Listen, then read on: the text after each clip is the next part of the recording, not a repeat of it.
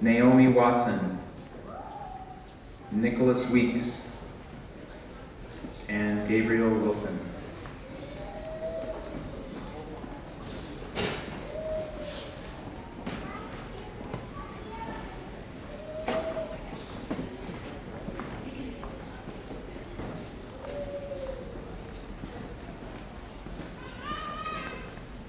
Please join me in giving these students a round of applause.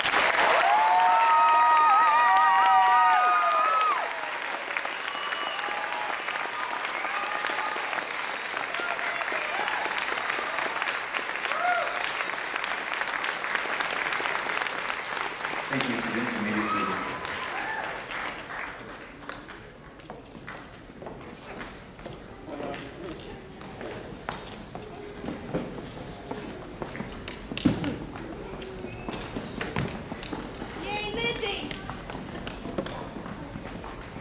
I will now present the recipients of the Presidential Award for Outstanding Academic Excellence.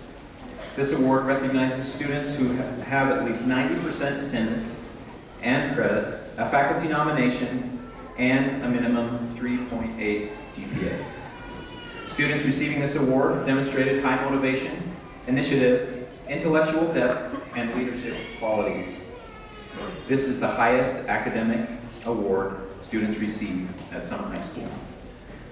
Students, as I read your names, would you please come up, receive your award, and then remain standing up here at the front until all the names are called.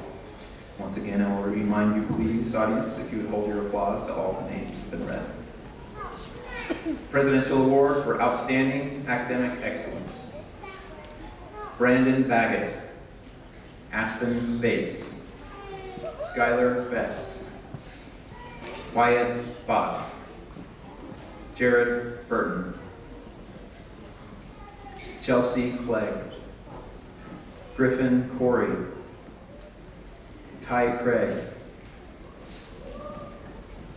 Poe Daly, William Drown, Jeremy Everett, Austin Gray, Octavio Gutierrez, Aspen Norton, Rory Nye, Ivory Ochinero, Kevin Rivera, Alonzo Rodriguez, Michaela Rollins, Debbie Salas, Justice Tanner, Kylie Thompson, Candace Underwood, Joshua Vigil,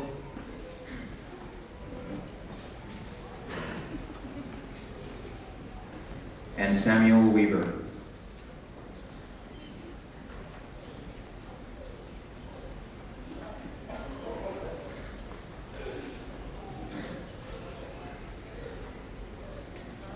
Congratulations, students.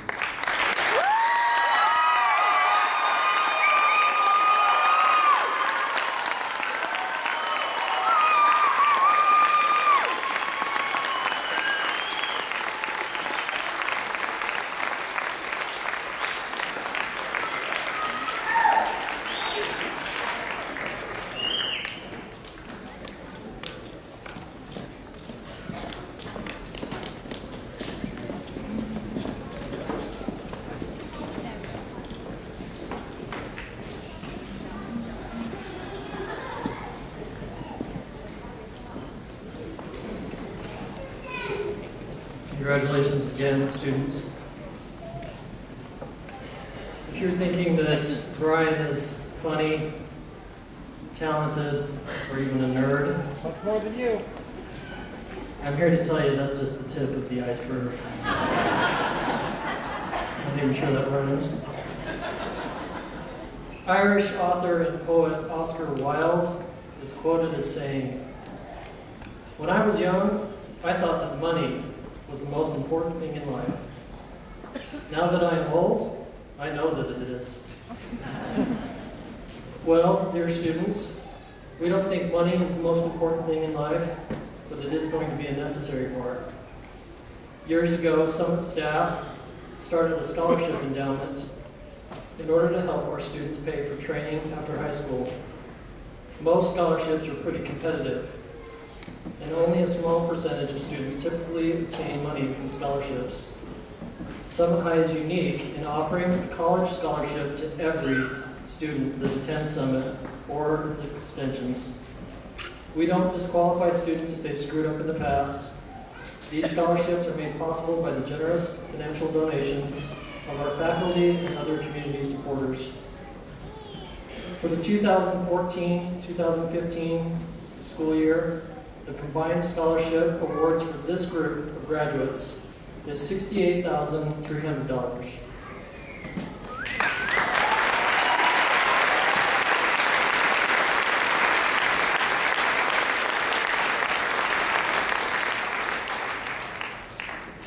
Congratulations, students. Your scholarship award letters are contained in the survival kits that you received at senior lunch. So we hope you call us soon with requests for money. The $68,000 I just mentioned includes a special additional scholarship for one student. We extend our gratitude to Mr. Tim Eisenhardt and the Alpine Foundation for this scholarship, which combines $500 from Summit's endowment, as well as a $500 match from the Alpine Foundation. The total scholarship is $1,000, and the recipient of this year's Alpine Foundation scholarship is Debbie Salas.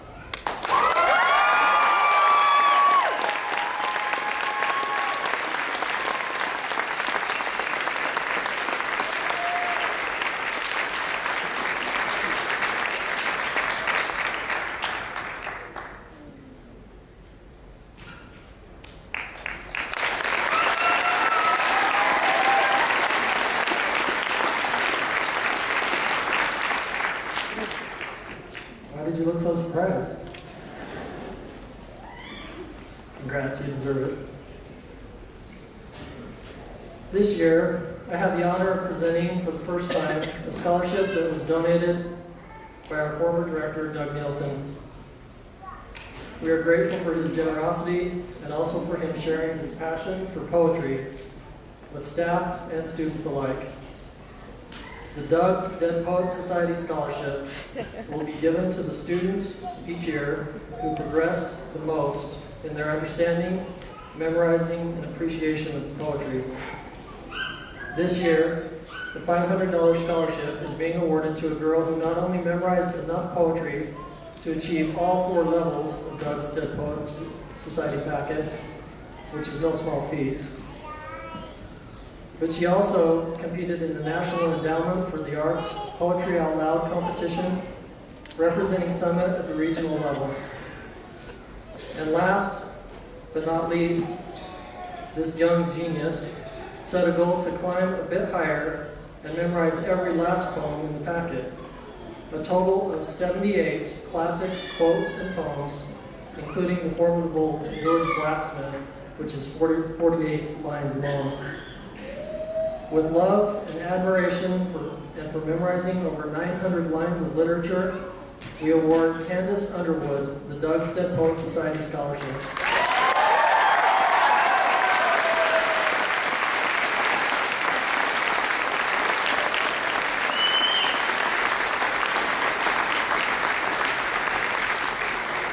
We've asked Candace to select a poem from the poetry packet and to recite it to us today.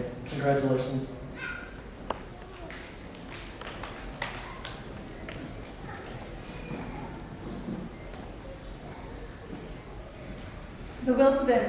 The Will to Win by Burton Braley.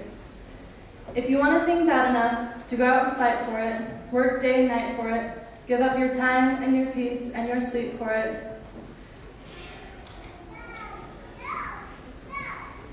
if only desire of it makes you quite mad enough never to tire of it, makes you hold all other things tawdry and cheap for it, if life seems all empty and useless without it, if you'll simply go after that thing that you want, with all your capacity, strength and sagacity, faith, hope and confidence, stern pertinacity, if neither cold poverty, famished or gaunt, nor sickness and pain of body and brain can turn you away from that thing that you want, if dogged and grim you besiege and beset it, you'll get it.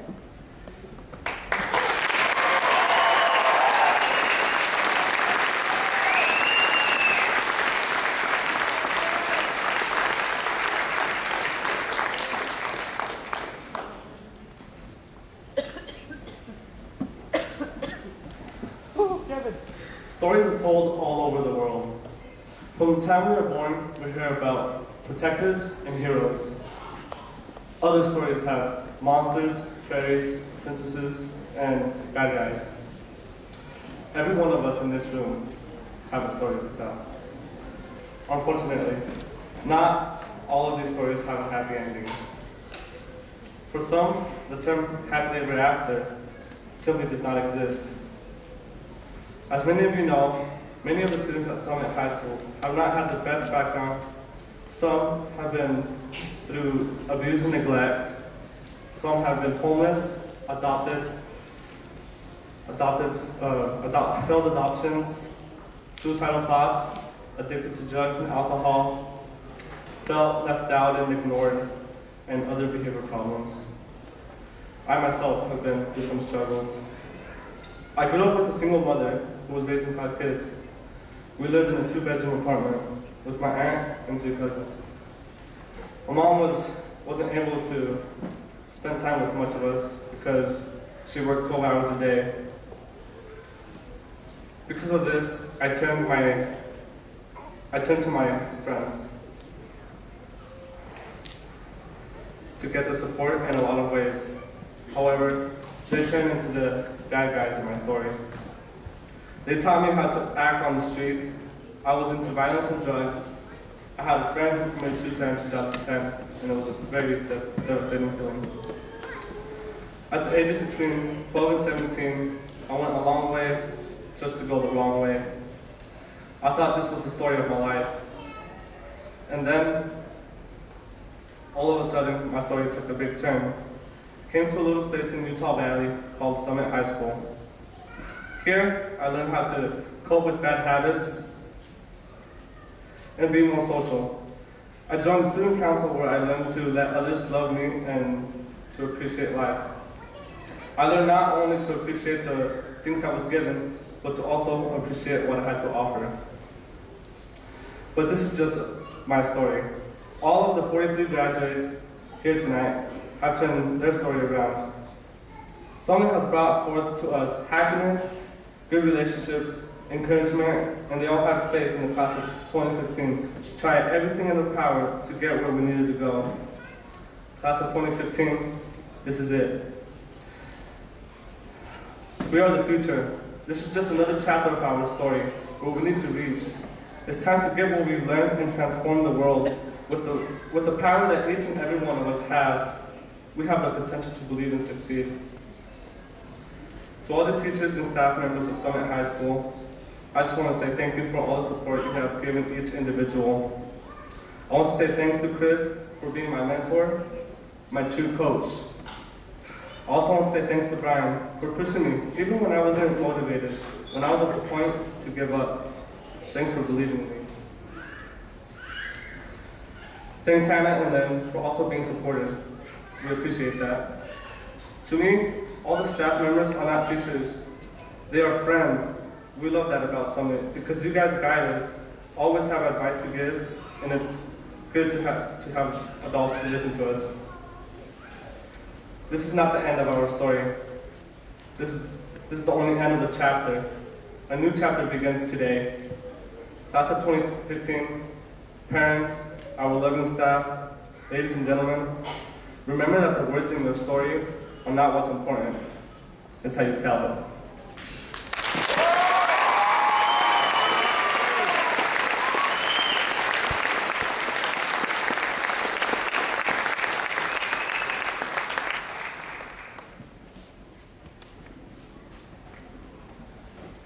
Well, I can't top that. Good job, Kevin. One of the students just leaned forward and said, "Heidi, you're like our Summit mom." And I love that she just said that to me because it encapsulates how I feel about you. You are like my Summit kids. I'm gonna try really hard not to cry. Even though if I don't cry, Matthew will be disappointed. You don't want to disappoint Matthew, man. We do not want to disappoint Matthew. So when I was young, my grandmother bought me a rock tumbler. It's this sweet little machine that you put stones in. And you turn the machine on, And then 24 hours later, you have gems. It's really awesome. I would take handfuls of gravel from my driveway, stick it in my machine, and I thought I was so awesome. So the way this works is you put rocks in a machine, and then you also put a handful of teeny tiny little gritty rocks. And as the thing tumbles, I know it's super official, technical, as the thing tumbles, the rocks, they come in contact with each other, and they knock off the sharp edges, and they change the stones in the thing. We too, when we come in contact with each other, we change each other. You change others and others change you. You become refined and you become polished, much like the stones. At Summit, we believe in the power of relationships. It's a part of our student creed. It's a part of our staff creed, our school mission, our vision, our motto, and I think it's even on our letterhead. The reason we believe in relationships is because of their power to change lives. I hope that I have touched some of your lives. I stand here today because you have changed my life. And you have changed the lives of the staff at Summit, who for the next few minutes I will represent. Today I honor you for the difference you've made to us. I love this year's graduation theme, the story of your life. We all have our own stories. As Kevin said, we have all come from different places. And for a short time, we have shared a story. While you have been at Summit, we have walked side by side, and we have shared a story. There's an expression that I'm going to take a page from your story, and that means that I have learned something. I have taken something from you. And for the next few minutes, I'd like to talk about some of those things that I have learned, those pages that I have taken from your stories. The first is you are grateful. You are grateful kids. The last time I saw my grandmother before she died, I brought her a gift. It had been her birthday, and she has these beautiful blue eyes, so I brought her a light blue sweater. And she was so excited, and she took the gift, and she opened the sweater, and she said, "Thank you, Heidi." She was so excited, and then she put it back in the bag, and then she pushed it aside. And about 2 minutes later, she said, "Oh, what's this, a gift?" And she opened it again. My grandmother had dementia. She opened that gift 5 times. She was grateful every time. I grew up valuing gratitude, and I see that in you, and I value it in you. You are well-mannered. You are quick to say thank you, whether it be for a pencil or a donut or an invitation to an activity. I personally have been overwhelmed by your gratitude. Every year my walls are covered and my drawers are filled with notes from you, thanking me for teaching you, and for listening to you, and for loving you. Your tender expression of gratitude is powerful. Your kind words have changed my heart, and they have changed me. For those of you who have been to Clear Creek, you are familiar with strength bombardment. And as many times as I've experienced strength bombardment, I am amazed every time by your generosity, by your kind, sincere comments. You give passionate thanks for friendships and relationships. You are grateful for inspiration and motivation, for being taught. You express gratitude for conversations, help, and advice. And most of all, you express thanks for acceptance. So, thank you for constantly reminding me of the power of being grateful for the small things in your life. You're welcome. You are resilient. There are these toys that we had when I was younger, and they were called Weebles. Weebles wobble, but they don't fall down. That is what resilience is. That is what you are. The other day, my daughter Lexi called me and said, "Mom, I am not a victim. I am a warrior. Okay, Lexi, I'm glad the therapy we're planning for her is working. You too are warriors. Many of you have stories in which you have been a victim, and you have changed your story. Many of you have been abused, neglected, unwanted, homeless. You've been raised by family members with addictions, gang affiliations. You have parents in prison. Some of you don't have parents. You have been hungry, and you have lost friends, and you have lost family. And still, you stand. You are warriors, and you inspire me. And even more impressive are those of you who are still overcoming. You are still learning to cope with depression or anxiety, abusive past, addictions, unhealthy relationships, and just trying to be happy and productive. And in your imperfection, you are even more inspiring. You are brave warriors. You have said, "I cannot do that," and then you have done it anyways. You have stood up in front of the class and given a speech. You've performed at talent shows, even when you were terrified. You've stood up for kids who were getting picked on. You've asked for help. You've drawn pictures that speak louder than words. You have debilitating anxiety or depression, and you get out of bed anyways, and you come to school. You stand on a platform, 9 feet off the ground, and you say, "I do not trust people." And then you turn around, and you fall anyways, and trust that we will catch you. You've been hurt by those you love, and you've been brave enough to love again. You have taught me courage, and you have changed me. You are kind. There's a man who runs a gang intervention program in LA. He's a Catholic priest, and he wrote, "Compassion is not a relationship between a healer and the wounded. It is a relationship between equals, between peers. True service is not the strong giving to the weak. It's when you are willing to be with someone in the place they are in. It is sitting with someone who is just sad because it's her last day of high school. It's putting an arm around someone, hugging them because they need human contact. It's collecting scorecards from teachers every day for 6 months just to be kind. It's being with someone who's in the same bad place you've been in and understanding him. It's listening without judgment or criticism. It's giving candy to your favorite teacher. It's helping someone get 100 packets done so that he or she can walk across this stage tonight. At Clear Creek, at senior lunch, at J-Dogs, on the bus to activities, and in the hallways, you talk about each other's kindness.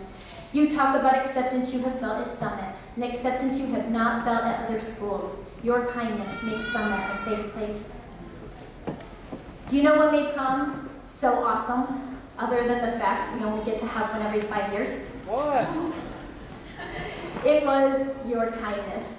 The DJ had never DJ'd at a dance before where everyone danced with everyone. There were no cliques, there was no small groups, there was no exclusiveness. If anyone was the highlight of prom, it was Gabe. You decorated his wheelchair, you spent time with him, and you pushed him into the middle of every dance. We had a student this year who on a home visit watched his best friend get killed. And when he came back to school, you stood by him, you understood his coping, you advocated for him, and you supported him. You showed kindness and understanding like I've never seen before. It was beautiful. You are kind, you are good, and I see that every day. And my story is different because of your compassion. In closing, I have 3 short pieces of advice.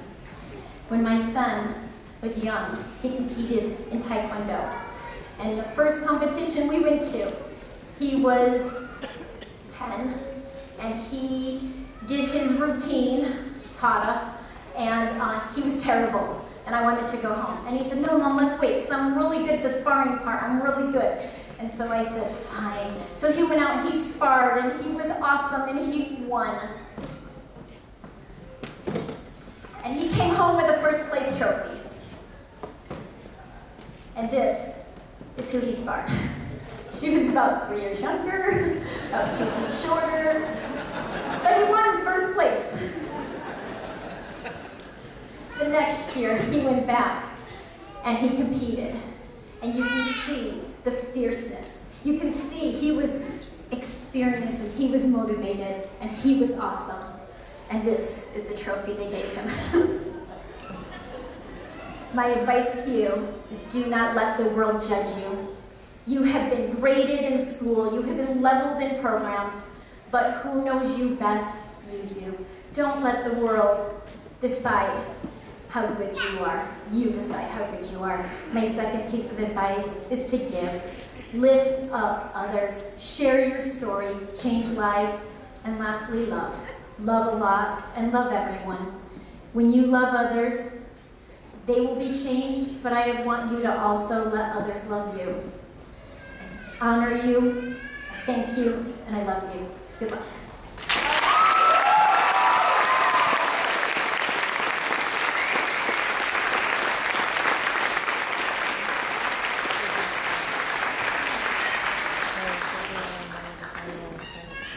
A couple years ago, someone that I love dearly gave me advice, and the advice was this: to lift others, and in the process, you will be lifted. And tonight, as I look at you, graduating class, I find myself lifted.